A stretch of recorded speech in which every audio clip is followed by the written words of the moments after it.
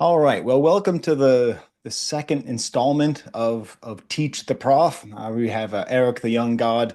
I sometimes call it Eric the Young God, but it's Eric the Young God, Gawd. How's it going, Eric? It's going good. I appreciate it. People get my name wrong. My Instagram name is You Ain't Packing Meat. So some people don't know my real name. So some people see me in real life and be like, they're gonna little meat.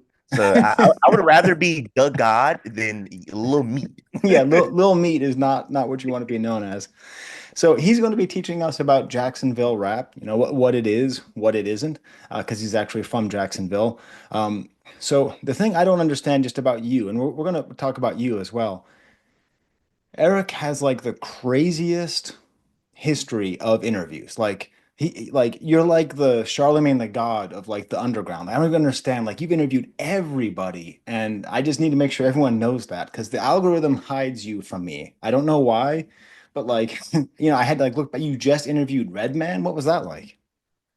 Well, first of all, I just want to say thank you for inviting me here, and thank you for your always kind and flattering words. Even when I mean, people, you chop me out like in a review that you did. I'm just like, I appreciate it. That was so nice of you. So before we get into me, just want to say thank you Yeah. and give all praise to you. Really do thank you.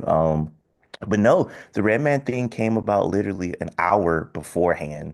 And that was pretty crazy. Literally, make a long story short, I'm doing another interview. I get an email mid-interview. You want to interview Redman today? It's almost like now or never. And I'm like, focus on one thing. So it's like, yo, I'm trying to do this one interview, but I got Redman I can interview. I So I know. did that, and the manager was like, it can only be 20 minutes long. The first 20 minutes of the Redman interview, we talked about health. We didn't say one thing about music. So I'm like, what? So I'm like, I'm just going to ignore what the manager said because Right. He's like enjoying this conversation. So we went through and we had a really good interview. So just want to say shout out to Redman. He's a very, very cool guy. I feel like people at that stature can sometimes be like divas, but Yep. no, he was very, very human, very human. Yeah, and that's one thing that I think your interviews really pull through, and that's so there's going to be sort of like a secondary theme to this. So it happened to be yesterday. I was interviewed by Lil Bill. He's doing a video on poverty tourism in YouTube commentary, and it's not exactly a Trap Lore Ross hit piece, but it partially is. And at the end, he's sort of like, what can we do to fix it? And I think the thing we can do to fix it is actually focus on the music and focus on the human creation because that's like what's amazing and what's awesome. And what you do in your work is in your interviews is you're really able to bring the human out of the people because you just have this kind of, hey, what's up? Like we're just talking kind of feel. And I watched your interview. So we're going to be talking about Nardo Wick's album, Wick. And I think it's fascinating because, your interview with Nardo Wick is great. Gives you a really clear insight into how he is as a person. He doesn't come across as a jerk. He doesn't come across as overly introspective, even though you are constantly trying to get him to admit to being introspective. It's like, because I think he's better than he knows he is. And you're sort of like, you're super creative. I mean, I can't understand a word he says, but you're going through there. So, like, what do we do with the fact that Trap Lore Ross has a video about your hometown that has 9.5 million views. And it doesn't talk about the music a second. Doesn't talk about the rhymes, doesn't talk about the artist, just talks about who's getting shot. He even says that your city makes Chirac look like Disneyland. How do you know he's an outsider? He's talking about Florida and he says Disneyland when Disney World is right there in the state. Anyway, I just so I want to counteract that by talking to someone actually from Jacksonville. Someone who's written a great essay on Jacksonville in Complex. I'll include a link to that. Someone who's interviewed Nardo Wick to kind of give us an idea of who he is. And I think one of my favorite lines that you have from the Complex interview is him saying, "I thank God that He gave me this brain because I know a lot of people mind discipline that I have." So what can you tell us about Nardo Wick and about the Jacksonville scene? Like how does he fit into it? How do you feel about all the stuff I've just been pontificating on? No, first you start off talking about the interview, and I spent so much time listening to the album to get prepared for this video. I kind Right. of forgot to rewatch my interview. I don't, I will say I remember one thing about that, and you kind of brought it up, is me like saying like, were you like really creative as a child? I think I asked him like, was he into arts and crafts? Because I Yeah. was like, he was doing like a lot of creative stuff in music, and he was just like, ah, not really. And that's like the one thing I remember is me trying to be like, yo, you're really creative. Like, where does this come from? He's just like, I don't really think I'm that creative. I just make music. So I'm glad you picked up on that. That I was Yeah, really trying to bring that out of him. But yeah, Jacksonville music. Kind of, so we talked about my complex article that I wrote a few years ago. One of the things that I wanted to highlight, and I'm glad because dealing with editors, sometimes I might write something, it might not fit their vision, so they might take stuff out. That article, not a lot of stuff got taken out, and I'm super happy about it because at the very beginning of that article, I kind of talk about the history of Jacksonville right, and the importance of like the music that came before the music today. And like even really big artists, like a lot of people don't know, like Mace is from Jacksonville. The theme song to Space Jam, the movie, that's right. uh that those are Jacksonville artists singing that song. Okay. Um, people don't know that, but those Not I believe I can fly. no, not it. That's R. Okay. Kelly. Wrong Yeah. person. He's not from Jackson. We're not claiming R. Good. Kelly right now. Good. Like you can claim him if you want. I'm pretty sure Chicago has him, but Yeah, Chicago has the how does the Space Jam song go? I forget how it goes off the top of my head, but I know yeah. they got the song get on around and woo woo Oh, and the around. Quad City DJs. Yeah, I Watch the saw DJ. that. Yes, Because yes, like, quite.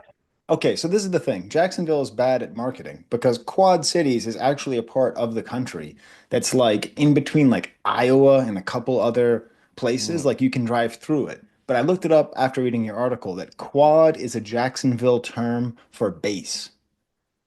I did not So know. I guess Quad City DJs mean so like the whole time I thought they were shouting out Iowa. I was like, wow, what is this weird sort of come on, ride the train, you ride it. Ooh, ooh. Yeah, that's a big song, you know. Yeah, That yeah, was yeah. That's a like I said, it'll be people that you'll find out that are from Jacksonville, even like an actor. You'll be like, wait, that person's from Jacksonville. So just in general, even outside of music, Jacksonville has people, and like you said, we don't have a good PR department, you know? yeah. Like I feel Right. like New York has the best PR department. You're gonna know somebody's from New York if they're a fashion designer, a rapper, or an art, whatever. Yeah. And I think we don't have that. So when it comes to the music, a lot of our artists never really got that just due. Even if they blew up, it was never known they were from Jacksonville. So fast forward from you have people like the Quad City DJs and you have like Let Me See You Tootsie Roll, the 69 Boys. That was a Yeah. big song. Then you fast forward to like the mid 2000s. It's not really a lot of mainstream Jacksonville rap. You go Right. to the 2010s. It's not a lot of mainstream Jacksonville rap. But then at the very beginning, or like 2020 during the pandemic, Yep. that's when Jacksonville music caught a big resurgence with the people that I wrote about in my article, rather it be Nardo Wick, Young and Ace, Fulio, Lil Papa. Think I probably wrote about Spinner Bins, Spot 'em, Got 'em. There's a lot of people who came out of Jacksonville at that time, and it kind of blew up. But I would like to say it kind of blew up in the wrong way. Like Yeah, it was that's what I worse was than they thinking, for it to right? blow up. Yeah, Because what was it? Who I Smoke? What's the song called? Who Smoke yeah, 'em? yeah, yeah, yeah, Yeah. yeah. That was the song that really set him off. And if you watch, I did this week rewatch Trapler Ross. I feel bad for giving him the view, but I did rewatch his whole video just to see how he phrased things. And he is good at what he does. So as much as I hate what he does, he is good at it. So you know, like it really was pretty clear that the energy that came off of, well, let's just put it plainly, the energy that came off of Black Death that people like to consume as though it's not real human beings at the other side of the screen, that really did propulse, like that really was what gave Jacksonville the bump. Yeah, I would definitely say. I mean, I would say it's funny you bring up Trapler Ross because the reason I wrote that article had nothing to do with Trapler Ross. It was two other things that I saw. It Okay. was an article written on hip hop or hotnewhiphop.com, and they were reviewing the Who I Smoke video. And if you read this review without seeing the video of the song, you would have thought they were like reviewing a Dave Chappelle sketch, an SNL sketch, like something from Mad TV. The way they were talking about it, it was like, oh, this is like comedic genius. This is hilarious if you have Right. no idea of the thing that they're talking about. So I was like, that's interesting. And it was like a white dude or Asian dude who wrote it. I forget their color, but I remember going to his Instagram and I thought it was very ironic that in his bio he had Black Lives Matter. And I was like, oh, that's really interesting. Black Lives Matter. All right. And then the second thing I saw was funny enough. It was DJ Academics. DJ Academics made a video Not saying surprising. he was like, man, if I ain't really have a big name and I was a YouTuber, he was like, I'll be all over this Jacksonville shit. Like I'll be covering, I'll be going crazy. Like I would have made Wow. it like Chirac Part 2. Yeah. So when he said that, and then I read that article, I was like, okay, so this is going to be recovered, or not recovered, but it's going to be covered in a very irresponsible way.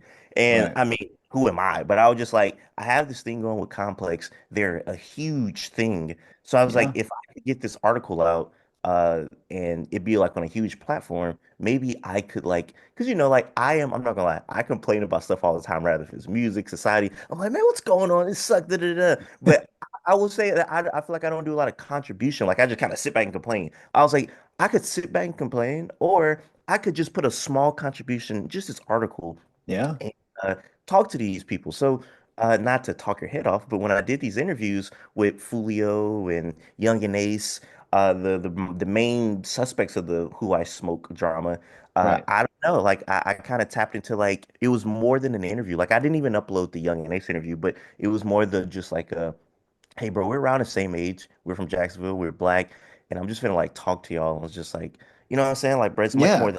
than this. And I kind of assume my counselor role. I kind of Right. just everything I'm learning in school. I just kind of did it in that interview, just talking to him, and I felt like I don't know. As a lot of black dudes in the streets, there's not a lot of people there to listen to your vulnerabilities. It's always just on go. I'm Yeah. finna kill a nigga. I'm finna da da. I'm just wilding out. But it's not like, hey, I got emotions that I really haven't even processed, Yeah. and there's nobody that I could relate these feelings and thoughts to. So I kind of just wanted to be that for an hour or however long the interview was, just to listen to them. And if they needed anything of words, I could just, try to offer the best I can. So more than just even writing the article, it gave me the opportunity to talk to everybody in that song with Fulio and Spin a Benz, Wap with the Chopper, and just like, just see where their head was at. Yeah, because I mean that's what's crazy is, that's really tied into this whole interview that I did with Lil Bill because he asked me, what can we do? And I made him laugh really hard. I'm like, I'm gonna sound like a white liberal, but Black Lives Matter. And he just laughed. But it's like it's more than a sentiment, it's more than a statement. And what you're saying, it really is tied in because the human beings that are making this art are artists, they are human beings, and like you being able to tap into that, that's like not some small thing.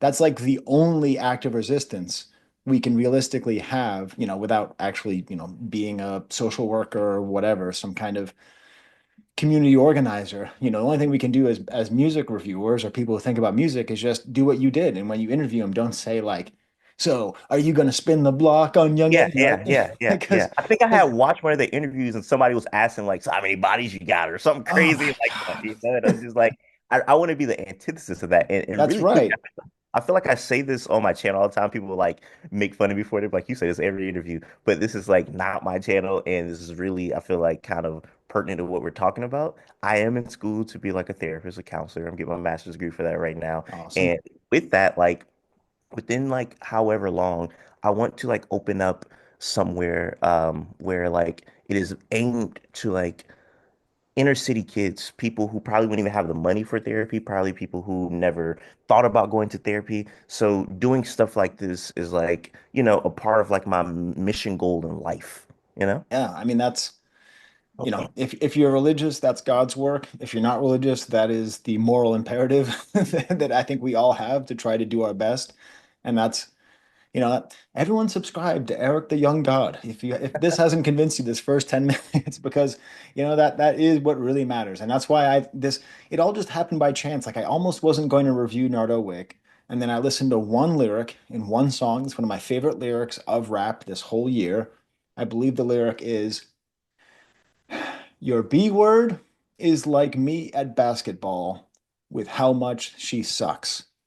And that line is so clever because it makes fun of himself as a bad basketball player, makes fun of the other guy. It's sexually suggestive, but it's kind of like this is like you interviewing him and being like, "You're really clever. How are you so creative?" And him just being like, "I don't know." But Wait, I, like I have to say this. White comedy is peak self-deprecation. So right.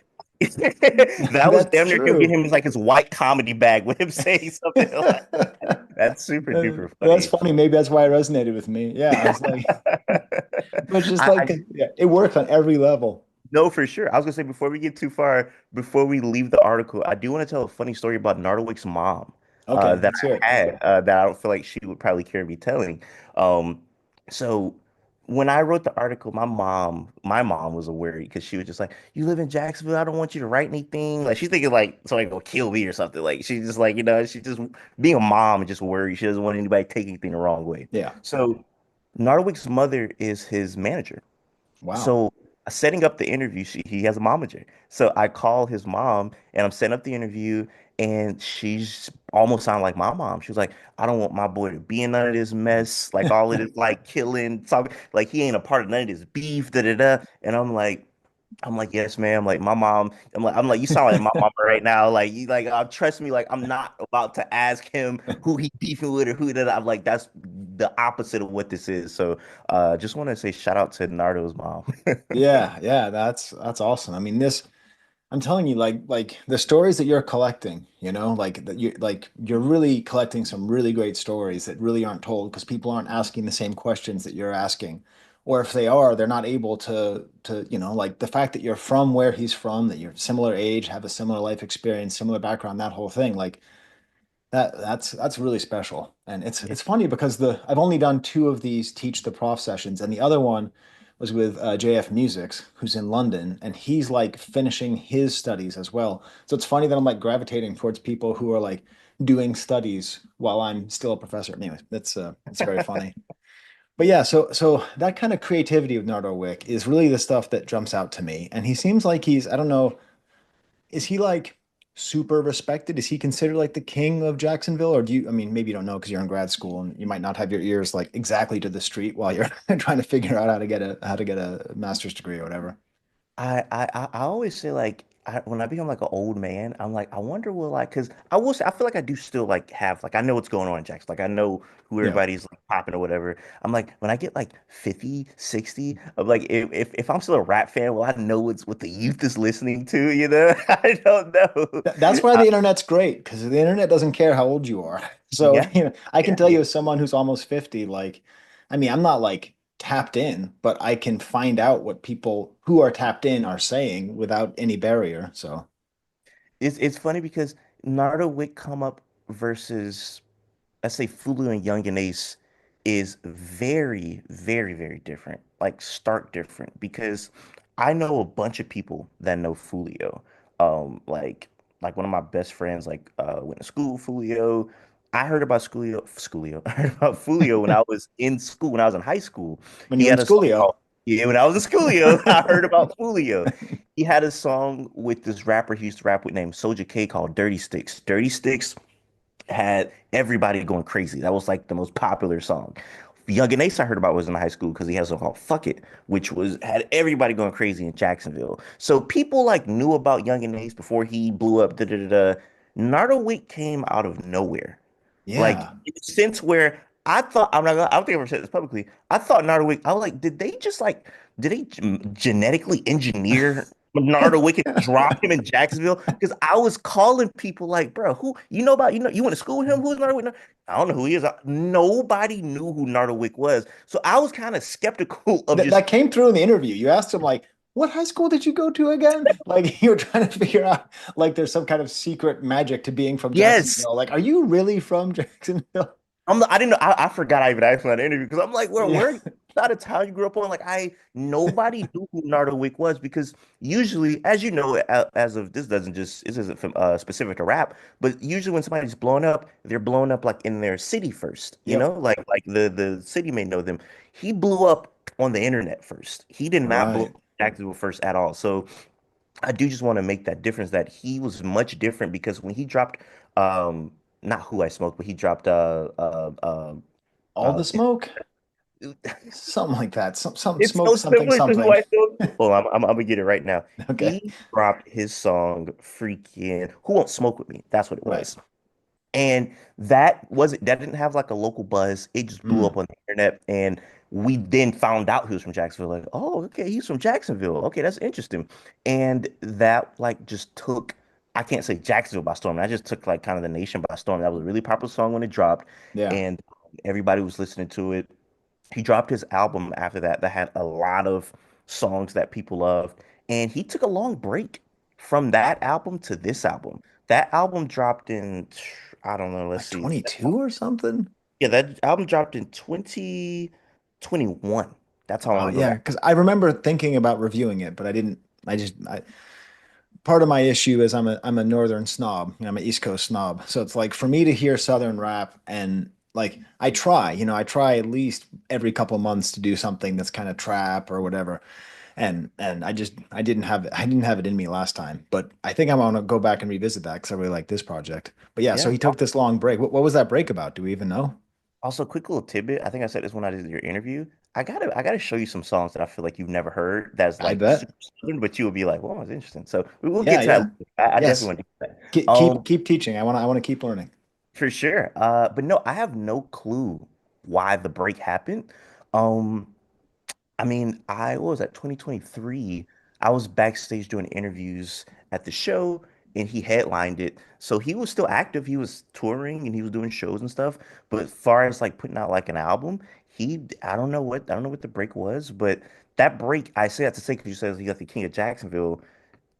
I wouldn't say there's no King of Jacksonville right now. There's Wow. no singular rapper that I would say like, and that's no slight to him. It's just he took a long break. So, people either Right. haven't he wasn't feeding people any new music. Fulio got killed last year. Yeah. Young and Ace, um, there's people that listen to him, but he's not really like the king of Jacksonville. Like if you think of like the king of LA right now, you're gonna think Right. of Kendrick, Yep. you know? If you Yep. think about the king of Canada right now, you're gonna Yep. think it's certain, but I can't say Jacksonville has this one singular rapper right now that everybody's going crazy over. If anything, Jacksonville is listening to the surrounding cities of Florida more Yes. than So that's one thing I need to just get clear. yeah. In the comments, I want you, before we give you the answer, to tell where do you think Jacksonville is? Okay? Because like, do you think it is in Northwest Florida? Do you think it's in Northeast Florida? Do you think it's in Central North Florida? Because I thought, I'm embarrassed to say, I thought it was in the Panhandle. And then I looked it up again and I realized, no, it's the northeast part of Florida. It's like the very, very tip of Florida. So that totally changed my perspective of it. So then I can see that as being close to a lot of different places. This album has a whole song that's just trying to be a Hot Boys song, trying to be Cash Money. So it's like it absorbs a lot of other rap cultures and musics. I would say, well, you asked, I was say, can I give a little explanation of why he has like a Hot Boy song? Because Sure, yeah. that's very Jacksonville to do that. Okay. One, the joke about Jacksonville from people that's not from Jacksonville, but they're from Florida is like, man, Jacksonville not even Florida, y'all Georgia. Because we're like 15 minutes away from Georgia. Like Okay. it takes me 15 minutes to get to like Waycross, Georgia. It's like right up the Wow. street. So the joke from like Miami people be like, man, they ain't even Florida for real. They Southern Georgia because we are so close. So Right. it almost is different from like a Miami because Miami's 5 hours away from me and Georgia's 20 minutes away from me. So it's Right. a difference. When it comes to Louisiana, Jacksonville is Louisiana, Florida in general, but I will say because I live in Jacksonville, is Louisiana Junior. Anything that Okay. Louisiana does in rap music, Jacksonville is going to copy Wow. every single thing, and that goes back to the Cash Money days. People they play Cash Money songs from the '90s in the club like they came out yesterday. Like, Wow. like those are like they still play Juvenile in the club from 1998. Like they'll Right. play that, and everybody goes crazy. I've Right. met somebody who's from Ohio who heard that, and it was like, why are y'all playing songs in the club from 2005 and 2002 from because it went from that to then Little Boosie is looked upon. He was like the Southern Tupac at a Wow. point in time, and people only know Lil Boosie from like being like he's like a internet personality at this point Yeah, almost. yeah. Like, but no, he was like the Tupac of the South in the sense that he had his turned up music, but he also made a lot of conscious, introspective music Right. that Jacksonville loved. So you hear the Hot Boy or the Louisiana sound because Jacksonville is like in love with that Louisiana sound. Wow. So That's just more stuff that how could you possibly know? How would I possibly know that except to actually talk to somebody? And I feel great because what I want to do is I want to have my brain with all those names of all of the newscasters, the Jacksonville newscasters that are all over Trap Lord Ross's videos. Like I want to get those memories pushed out, and I want to have those memories filled in with this idea of like Little Boozy being some kind of folk hero in Jacksonville. Like that's really interesting stuff. And Can and I? and yeah. No, no, no. I didn't mean to interrupt you. Keep going. No, no, no. Every time you interrupt me, you say something more interesting than I was going to say. No, I was going to say something that's not known to the public that got stretched. It was like a stretched idea. I was supposed to be featured in helping narrate an episode of ABC's Nightline. Um, Jesus. Man, you get and, everywhere. and it was Who's because of your the art. manager? How do you get everywhere? It was because of the complex article. So you talked about kind of how like the newscasters are focusing on that. Right. ABC reached out to me to help with the episode because they were going to talk about Jacksonville rap music, and they found my article, and they were like, "We feel like this is the best thing about that's been written or done about Jacksonville, and we feel like he would be like a good voice for it."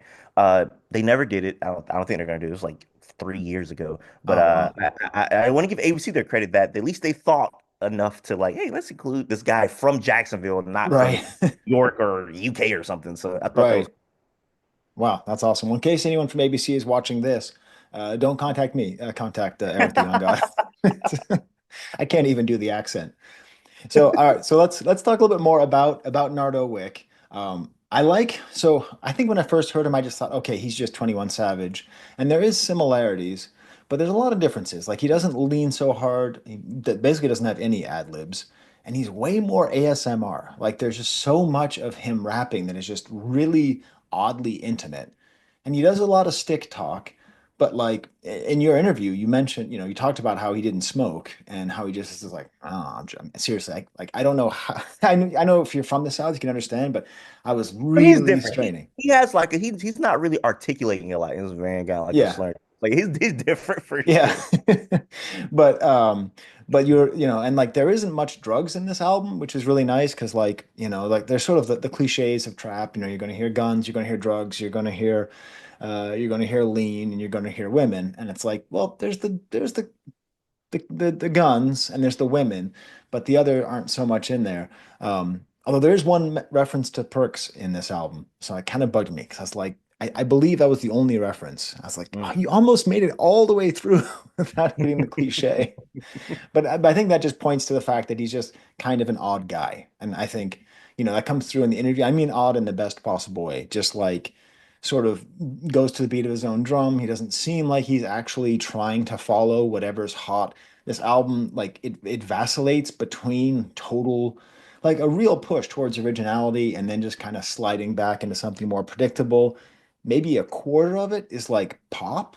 I mean, a real effort to be pop, and then a quarter of it's not. So that might just be fun. Just kind of go through the tracks. Not super long, but it starts off with the track "Glitchin'," which is like, hey, if you think Nardo Wick is trash, listen to the song "Glitchin'." If you still think he's trash, that's cool. But I think you'll hear a lot of great things about this because it's just really weird. Like, No, hey, batter, swing.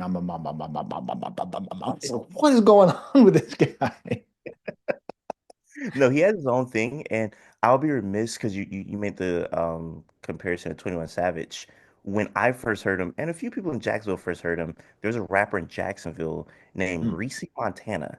okay. And Reese Montana and Nardo Wick, they just have very natural, or they just have very similar natural speaking voices. So that I am kind of pulling right now. Right. When I first heard it, I was like, is this Reese?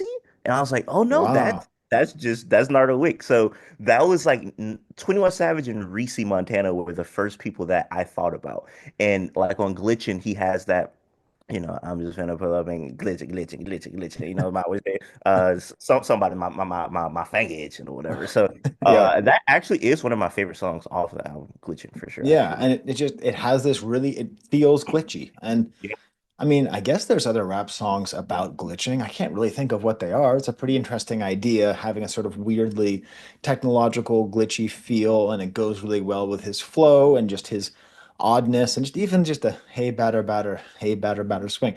So what baseball team do they support in Jacksonville?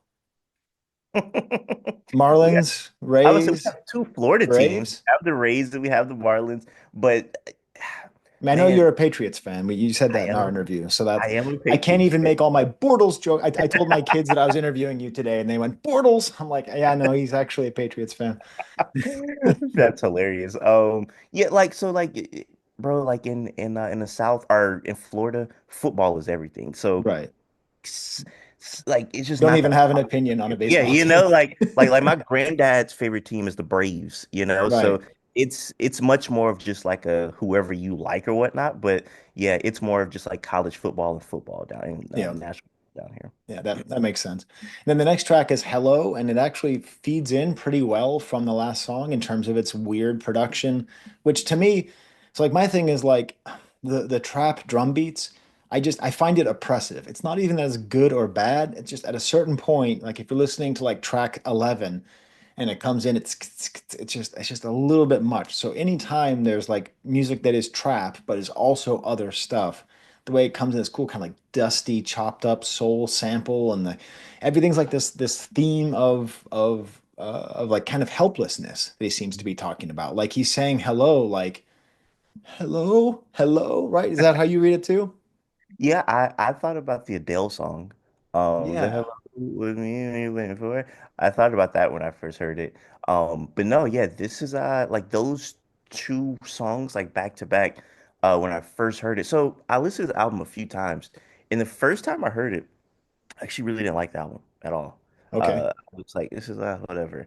But then glitch when I heard it again, I was like, I actually like this. Then I heard Hello, and I was like, okay.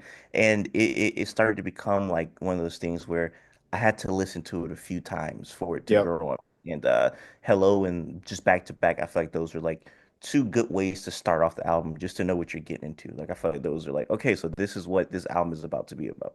Yeah. Let him see the mud. It is what it is, like let him see it, let him see the mud. Is it, obviously it's a trope at this point, coming from the mud, coming from the dirt. And then like following it up with like a sports cliche of it is what it is. But I just it's like not quite full vulnerability, but there's enough vulnerability to where I find it interesting. And then all that vulnerability just goes away. The next song, Gangsta, which is I mean, so I kind of had a similar experience. I didn't quite know what I thought about this album. I was on the fence about reviewing it because I didn't want to just come on here and trash it. I now end up liking it a bunch. But like I was just driving to work and I was driving by the airport, Frederick Douglass Airport here in Rochester, New York, and I had this song on. I was like, let me just turn it up. And I turned it up and I was like, okay, I think I get this album now because I was just on my way to work, trying not to slide in the snow and just like absolutely just loving just how hard this beat was. And, it's like, weightlifting music or whatever, kind of gets you pumped music. And then just all these weird little lines he throws in, like a toilet bowl trying to flush and stuff. Just like, what is, like he does a lot of, and you were talking about this in your interview with him. And don't worry, I watched it recently, so I'll jog your memory on it. Thank Like you. I guess punchlines aren't a big thing in Jacksonville rap in general, and he brings a lot of punchlines into his game. So I think you were sort of, I think, because it sounded to me like you were right. Like he's just basically an alien in Jacksonville, and like he was not didn't sound like he was particularly inspired by anyone in Jacksonville. He just sort of like I started rapping and then you were like trying to get more out of him. He's just like, I listen to rap and I make rap.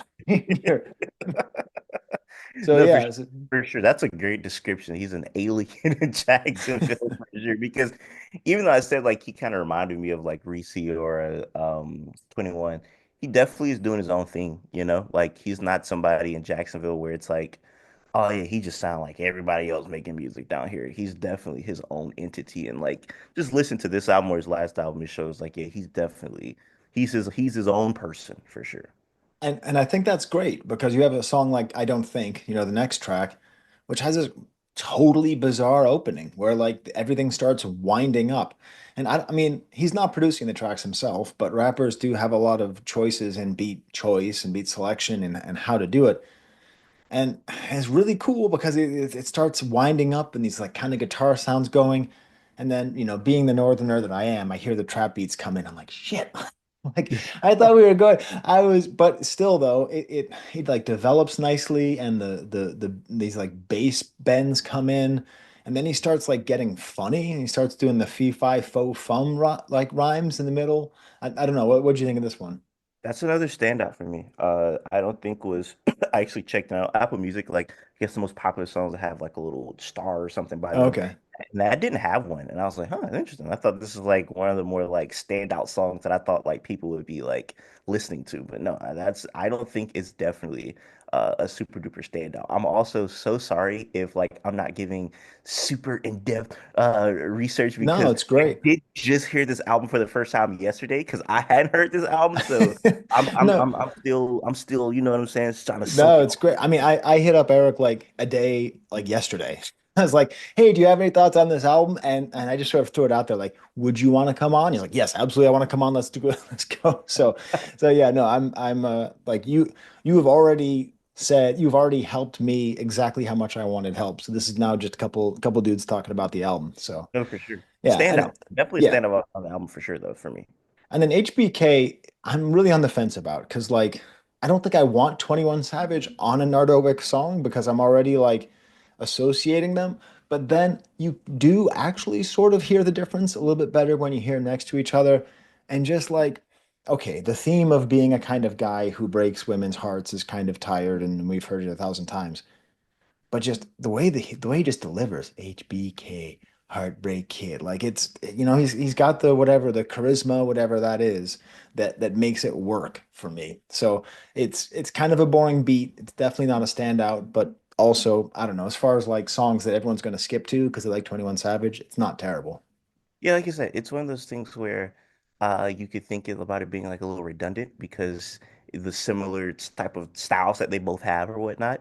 I would say like I don't know how much of early 21 Savage you've heard, but Not a ton. his voice his presence now is different. Like he raps a little different now.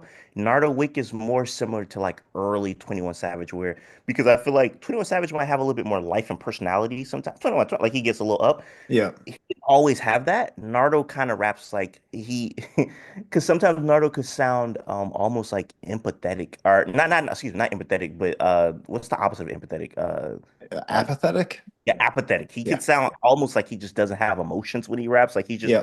cold-hearted, and Yeah. that's how 21 first sounded. So it was almost like hearing old 21 with like new 21. So that was like the thought that I took away. Like, oh, this is like old 21 with like the new 21. So that was interesting to me. And if you don't know, Eric does a lot of album reviews, and they're very good. He does them in his pink bathroom, and it's they're very, very good reviews. I would say that like you might be the closest reviewer to me in my style. Like we might be the closest in style because you don't really edit, right? You just No, you no, just kind no. of go and like that kind of like if you like the feeling of like someone smart talking about an album and just kind of having it be not quite like cut. Anyways, definitely check it out. And I Can and I I always want to point people to your Claro review because that was the best review of Claro. I did one, it was fine. Your review of Claro really hit to like the core of what makes Claro great, and everyone has to see that. Can I say you inspired me recently? Oh wow. I think the idea of like tying scholarly topics or just academics to music, not that I strayed away from it, but it was just like, man, like I'm into things that are not music, but I feel like those things relate back to music. So rather, even if it's not like a scholarly thing, it's just like you are not afraid to pull this not music topic Yeah. and compare it to the album. And it's something that I'll do from time to time, but it's like, man, if I have that idea, I shouldn't stray away from it because I sometimes be like, is this too niche? But I'm like, who cares? Somebody, okay. If somebody catches it, then somebody catches it. So I do appreciate your willingness to just pull out something from 1422, Yeah. this guy and just compare him to RXK nephew. And just like, oh man, I would Yeah. never in comparison. So, yeah, shout out to that. Well, thanks. I mean, because that it took me it took me like 2 years to actually start doing that since I started my channel, and I was afraid of it like you were. But then it's like, just the only thing you can do is try to bring whatever you are to what you do on YouTube. Like that's the only way you have any values if you bring who you are, right? Because AI and Mr. Beast and everything, that's all taking over. So like, the more neutral you are, the more replaceable you are, the more people can just imagine what you're going to say. But like, yeah, I mean, with all the education that you're like extra education that you're doing and like the way that your mind works, like just throw it out because even if people think it's a stretch, they still learn something and they'll be kind of like, Oh, like I just did this whole thing about Kendrick and Sherman and Sherman's Mhm. March, and I kind of tried to tie these things together along with 40 Acres and a Mule and the whole history. And like it might have been a stretch, but 5,000 people just got a pretty good lesson on Sherman's March and what happened at the end of it. So like, why not? So You're that's crazy with it. You'll like be like, let's compare Lady Gaga and Ram Dass. I was like, yeah. what? I'm like, this is crazy. I love it though. I love it, man. Yeah, that's it. Yeah. So Don't Stop is the next song. It's again like I thought it was kind of boring, but then it has this because it has that kind of ominous trap feel to it. But then he has all these weird lines. Like he, I don't know. I mean, it's definitely not my place to say, but the line, "This ain't the 1800s. I don't want to hang." It's just like so flippant over such like a really like painful, dark memory in American and Black American history, and the way that he delivers it, apathetically, like you said, and then it's basically just ASMR the way he's delivering it. And then this is the one with his bitches is like me at basketball the way she suck. God, that's so funny. Because you just know he's got to be really bad at basketball. And then, I could definitely see him being terrible at basketball. There's a thing in rap for whatever reason where it's like, he had another bar on here. I forget what song it is, so I'll just say it now. Where he says, I think it's not even on Beatbox. He said something like, how he should have joined the Ku Klux Klan because yes, he don't yes. really mob with. So yeah, it's a few bars on here like that for sure. That's later on. That is in Okay, beatbox. And okay, I wrote okay, that okay, down and okay. I was like, I don't even think I'm comfortable if he says that word on my channel. I don't quite know. But anyways, we'll see if we get around it. But Uh, yeah, that he doesn't mess with and he should yeah, join the yeah, Ku yeah. Klux Klan. And then Get on My Nerves is just so like I like the accent. And I really like how it's just the fuck am I the fuck am I I mean, like I feel like you could play this on the radio and you wouldn't get censored because there's no way of understand. Like, is he talking about Funyuns? Are we talking about the Funyun get on my but it's kind of a nice, strange track as well. I don't really have anything particular to say about it beyond just like how awesome this repeated kind of dumb chorus is. Yeah, I feel like from this until it gets to beatbox, the Yep. songs were kind of like whatever. They were cool to me. Like I didn't really have too many Yeah, like Ain't No Letting issues. Up is the next song, and Yeah. I do like his just like like we're my 6 month old is just starting to eat and she's really funny. So she'll like pick up a strawberry and put it in her mouth and just go ah. And so that's kind of like the weird ad libs that he has going in here.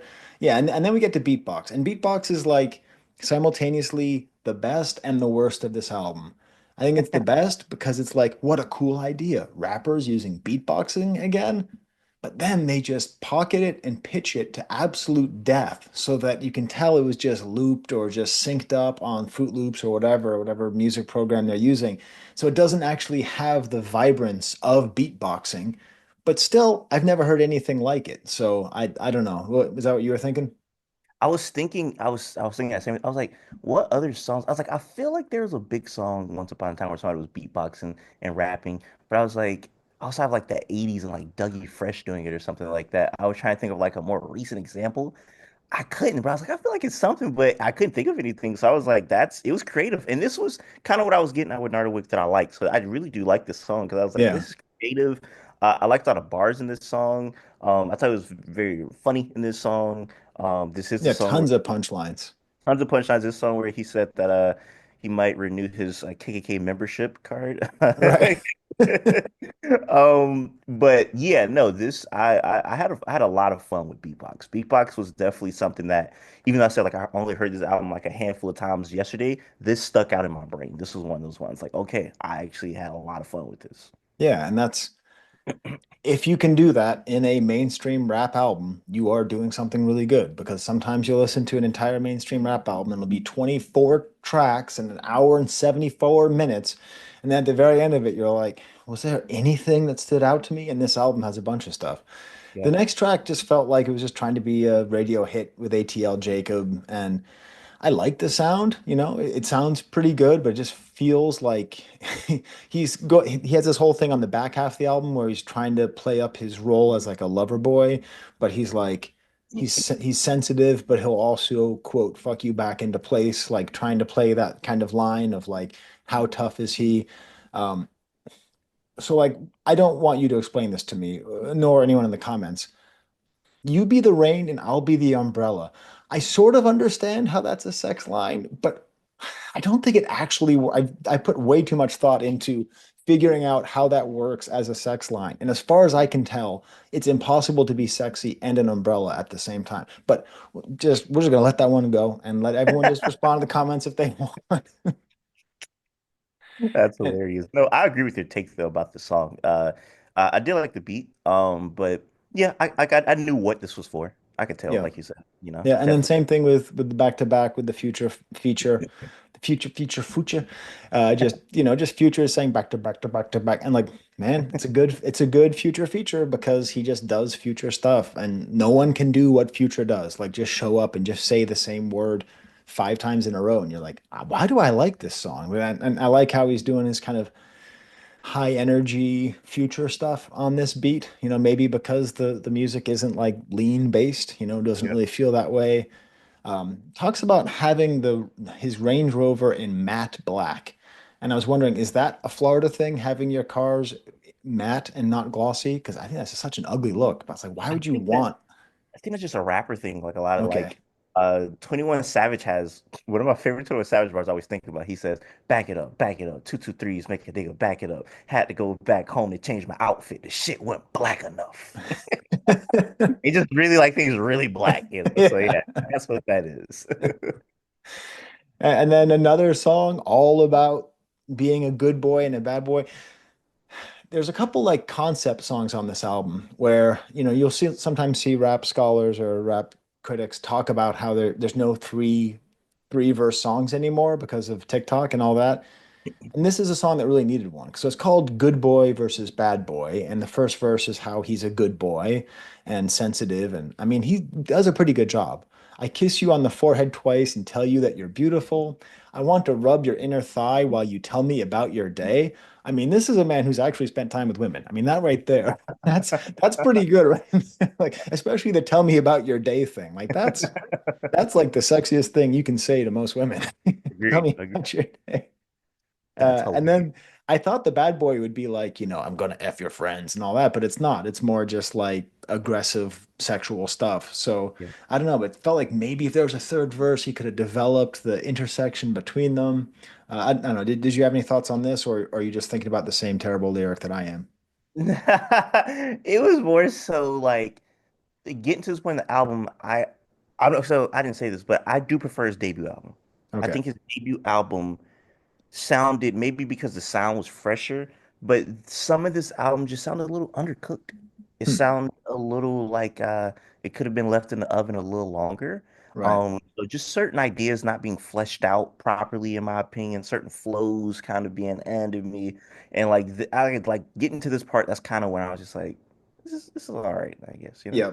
So the line was, "Eat me like Captain Crunch." There's no way to eat Captain Crunch in a sexy way. It like cuts the top of your mouth. It's like there's nothing sexy about Captain Crunch. I'm sorry. Unless that's like your kink, in which case I'm not going to shame you, but like eat me like Captain Crunch. It's like I guess I I'm would like yeah. I'm gonna expose myself right now. I don't eat cereal, so I don't Okay. even know what Captain Crunch. I would assume that's like very rough and rigid. The It only is, yeah. cereal I eat is Rice Krispies, and people kill me for that. But that's the Oh, only cereal Rice that I Krispies eat. are good. Rice Krispies are good.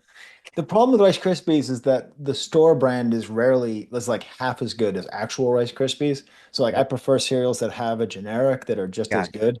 And it's just not the same. Makes Then we sense. get to the song Drew, which I'm very interested to hear what you have to say about this. yeah. So Drew is another example of a song that needs a third verse. This is essentially Force Awakens to Star Wars, as this is to Stan by Eminem. It's just him recreating Stan, getting a different, presumably white folk singer to sing some kind of semi-connected chorus about Peter Pan and running away from Captain Hook.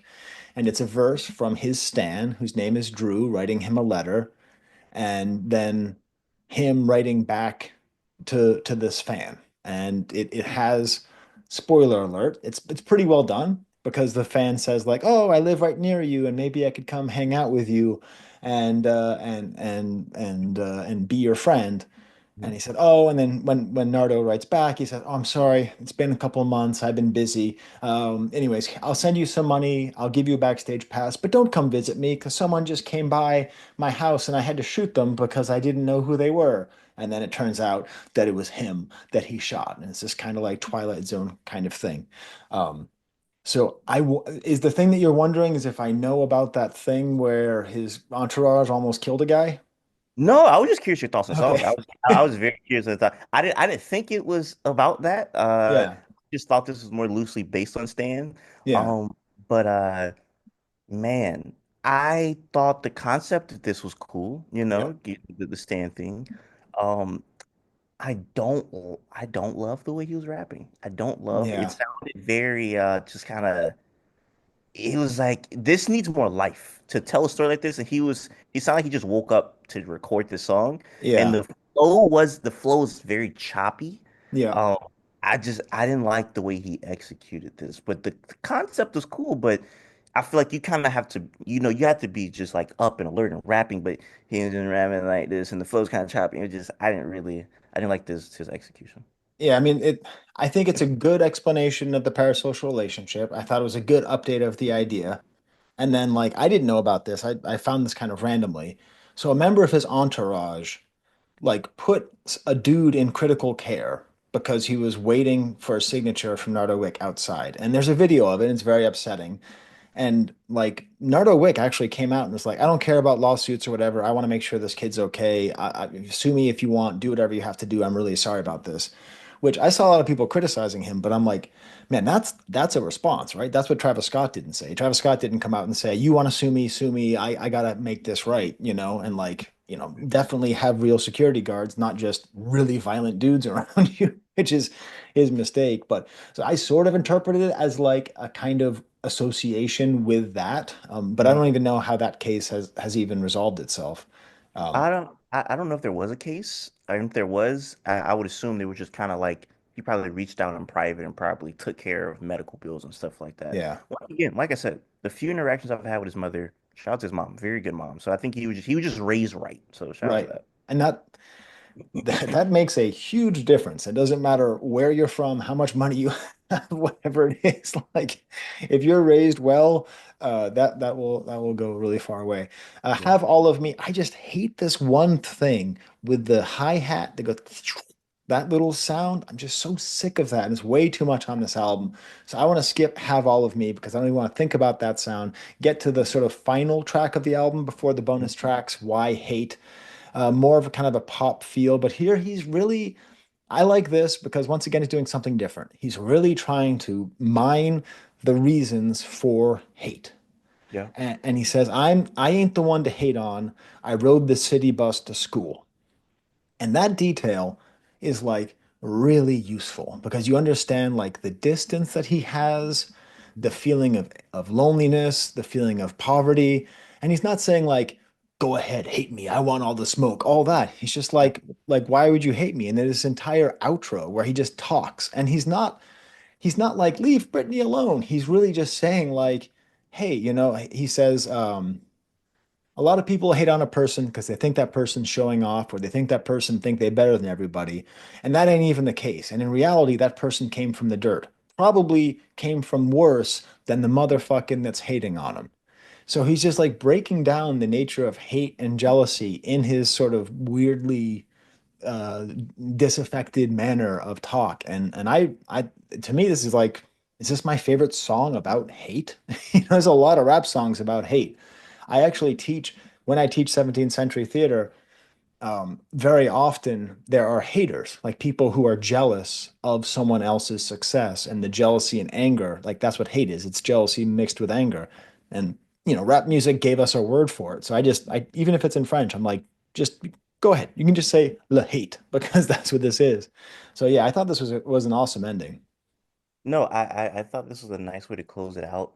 I've been it's weirdly like kind of aligned with films that I've been watching.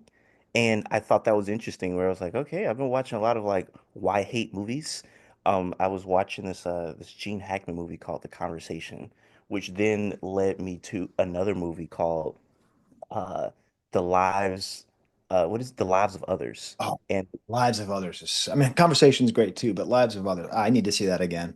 great film. And I just love the idea of like the he's like cold-hearted German dude. We're gonna get this guy out of here. And then when he starts spying on him, it's like the empathy, like the Yeah. funniest part is the idea of him just like, no, you're gonna break up with her. Like, no, I want to save the relationship. He's just a hard, cold-hearted dude. So I love that idea. So listening to this and then thinking about the lives of others is like, yeah, man, just have a little bit of empathy in your heart for people, like don't be as judgmental, don't be as jealous, don't, have an open mind and stuff. So I do love that message. Yeah, man. All right. I feel like I need to go watch some more movies because I mean a lot of people have been watching Conversation because Gene Hackman just died, but Mhm. Lives of Others, I mean that's a good twofer right there.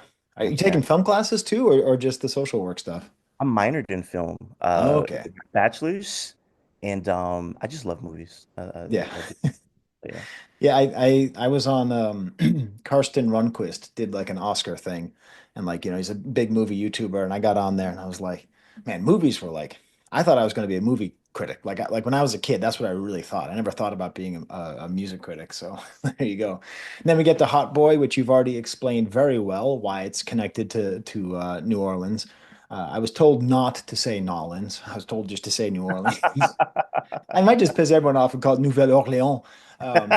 But I really like the way he does it. Just he is already, because I assume it's in reference to the song Hot Boys off of the album Hot Boys by the band Hot Boys from 98, 99. Hot Boys, we're missing with the Hot Boys. But what I actually like, he takes it further and just says, ha, boy. Like he really never says the letter T in this entire song. Ha, boy. It's funny. I feel like this is one of the things where you're just like, how would I know this? I give you some little background information on Hot Boy.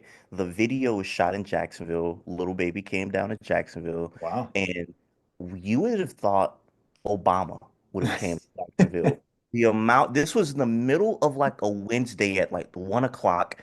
I didn't go, but I was looking at people's stories. There were kids there. I'm like, it's definitely time to be in school. I don't know how you're there. There's grown people there. I'm like, I'm pretty sure you called out of work to actually be here. It Right. was so crazy. There were grown men like knocking down women to like be closer to them. So when you talk about the King of Jacksonville, at that point when he dropped this song, he damn near kind of was King of Jacksonville because he dropped this song a minute ago. This song is like probably 3 years old, 2 years old. It's an Right. older song. So yeah, just want to say when he came down here, that was like he was like the president came. Everybody was Wow. like, like yeah. I guess that's the Georgia connection, all that.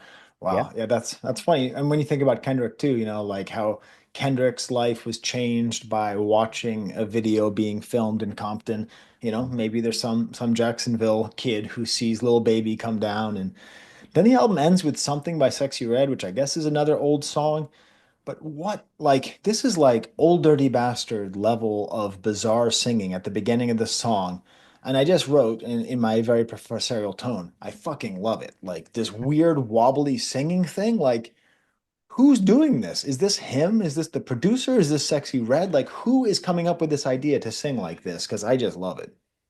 I mean, Sexy Red, one of her biggest songs, she's like with I forget the name of the song, but it's the "Yeah, I love you, you my everything." She's like singing at the very beginning of that, and it's so insane. She's like not hitting the note great, but Yeah. it's like this is perfect. So, Sexy Red has been experimenting with bad singing and making it like work. So, I uh, guess I guess I need to pay more attention to Sexy Red then, because I also liked her, and my daughter loves Sticky so much that we're listening to this music like, is that Sexy Red? I'm like, yes, it's the person from Sticky. Uh, yeah, and I don't know. It's funny because the song is called Something, right? And it actually reminds me of the Beatles song Something by George Harrison, because that's something in the way she moves me like no other lover. And this song's just like something about my bitch, but I can't put my finger on it. But it's actually the same sentiment of just like, I don't know, and okay, so in this song it's real short shorts. I see the dimples in her booty meat. But still, that's basically what George Harrison was saying back in 1970. that's exactly what he was Yeah. saying. That's so funny. And yeah, and it just I think it turns out I really like Sexy Red, so I'm gonna have to pay more attention to her. So I think I what I'd like to do is I have sort of like a couple lightning round questions that just might help to get to know you better and just are kind of a fun thing. So are you ready Yeah, for those? go for it. Yeah. All right. What is your first rap memory? Wow, I suck at these things. Maybe I shouldn't have said. Maybe I should decline to do this. I suck at these things. My first rap memory, man. This is not my first rap memory, but because this is like this is when I had an MP3 player. I'm at elementary school. My first rap memory. I don't want to say that. No, say that one. Whatever that one is, that's the one that's most I mean, important. cause no, cause You, I you used to listen study to Dear Mama. psychology, right? Whatever comes up first is the You're thing that right. You're right. matters. You're right. I used to listen to Dear Mama all the time, but like on my Oh, that's MP3. awesome. But no, I want to give you like my first rap memory. Um, okay, I'll give you this. This is not a rap memory, but I always consider her rap. Erica Badu. I'm going to put Okay. her in the rap category because that's my queen and I love Erica Badu. Okay. My mom would play Tyrone by Erica Badu in the car all the time. And I remember listening to just, you better call on Tyrone. And she's talking about Andre 3000 in that song. So that's hip hop. So I Okay. would like an Erica Badu is like one of my like first memories of just like anything hip hop related. So yeah, shout out to All Erica right. Badu. Awesome. What is your favorite rap album? My favorite rap album of all time, I would say, I'm just gonna say Supreme Clientele by Ghostface Killer. Yeah. I bought that the Tuesday it came out. Really? Yeah, I bought on CD, and when you bought on CD, they gave you a little 10 by 10 poster of Supreme Clientele. And like I had it up on my wall in college and I cannot find it, and it's driving me absolutely crazy. So yeah. Find that, But please. both arms Clusty is like my favorite Ghostface Killer opening line. It's like Man, the album's so good. it is so good. Have you been on Rap Latte? No? Okay, so like they're like really, really good and they're kind of upcoming, Touré's on them and he's like the legend of hip hop journalism. They said they're going to be doing a Supreme Clientele like entire episode just about Supreme Clientele. So I think you should get on there with them because they should know about you. Who But runs anyways, it? so it's a guy named King Green and Touré. So Oh, Touré is like yeah.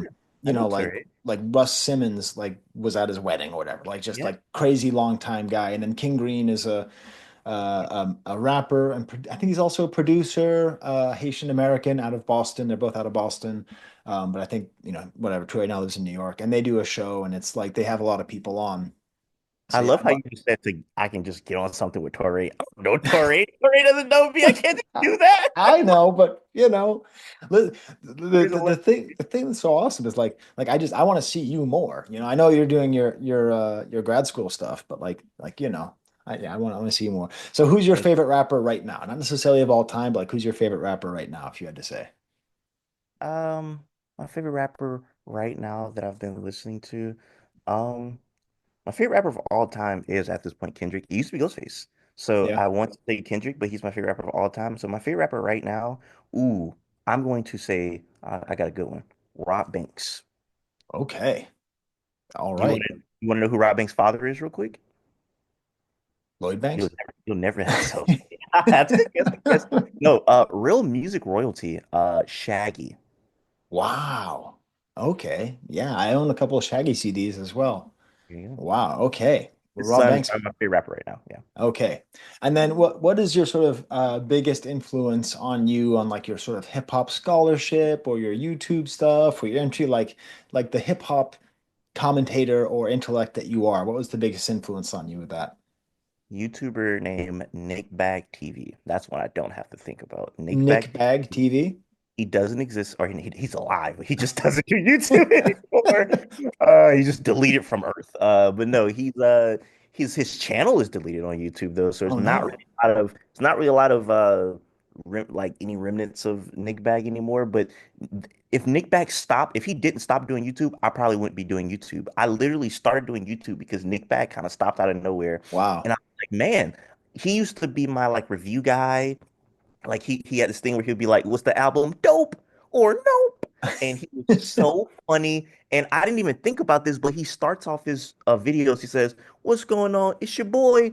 Nick Bag, aka Blogaholic TV. And I'm like, damn, that's how I start off my thing. It's your boy Eric, aka Eric. And I'm like, I stole that from him. I didn't realize that.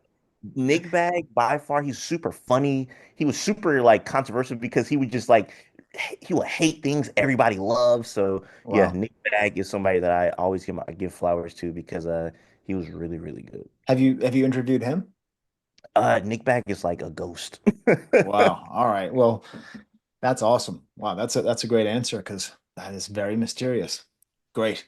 Well, I told my wife this would take half an hour to 45 minutes, but it's too much fun talking to you. So I We do this every think time. Every time we're supposed to do it like for a short amount of time. I know, but that it's just it is like this whole like YouTube thing that I'm doing. Like one of the most fun things is just getting to talk to people who care as much as I do, or even more, and are as passionate talking about it. It's just like it is just so much fun. So, is there anything you wanna shout out or plug? I mean, I've been trying to plug you the whole time, Eric the Young God, GAWD.